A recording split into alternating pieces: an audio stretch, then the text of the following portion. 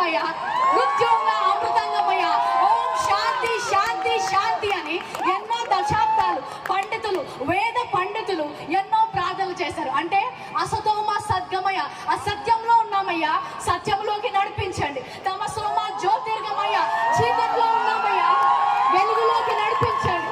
మృత్యుంగ అమృతంగమయ, మృతి చెందిన వారి వలె ఉన్నాము, జీవము లేని వారి వలె ఉన్నాము, మాకు జీవాన్ని ఇయ్యయ్యా అని ఉపనిషత్తుల్లో భారతీయ వేద పండితులు అనేక సంవత్సరాలు ప్రార్థన చేశారు. లోకమంతటిని కూడా వెలుగు కావాలని ప్రార్థన చేసింది. ఆ ప్రార్థనకు జవాబుగా పరలోక తండ్రి తన సొంత కుమారుడైన యేసు క్రీస్తును పంపించాడు. ఒక కారణ జన్ముడు జన్మించాడు, ఒక లోక రక్షకుడు జన్మించాడు. ఆ ప్రార్థనకు జవాబుగా పరలోకము నుంచి అద్వితీయ కుమారుడు ఈ లోకానికి వచ్చాడు. హల్లెలూయా. ఆయన వచ్చి యోహాను 14లో అంటాడు, I am the way, I am the truth, I am the life, I am the answer to the prayers of the mankind. సత్యములోకి నడిపించడానికి నేను వచ్చాను. ఏ మార్గం అయితే కనిపించకుండా ఉందో ఆ మార్గాన్ని చూపించడానికి వచ్చాను. పరలోకానికి మార్గాన్ని నేనే అని చెప్పాడు. హల్లెలూయా.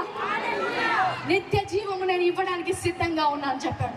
ఎప్పుడైతే ఆ సత్యము బయటికి వచ్చిందో, ఎప్పుడైతే సత్యము వింటారో అక్కడ స్వాతంత్రం ఉంటుంది. ఇక్కడ మీరందరూ ఇంత సంతోషంగా స్వాతంత్రంగా ఎందుకున్నారంటే మీరు సత్యాన్ని ఎరిగి ఉన్నారు. అదే సత్యాన్ని మేము ఎరిగి ఉన్నాము.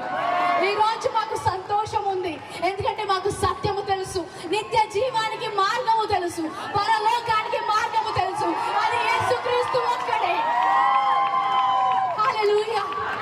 ఎన్నో సంవత్సరాలు సత్యము తెలియక, నా జీవితం ఏంటి, ఈ లోకము ఏంటి అని తెలియక ఆ ఆలోచనలతో డిప్రెషన్లోకి వెళ్ళిపోయి చనిపోదాం అనుకున్న నాకు పరలోకపు తండ్రి ఈ సర్వ సత్యాన్ని తెలిసినప్పుడు, నిత్య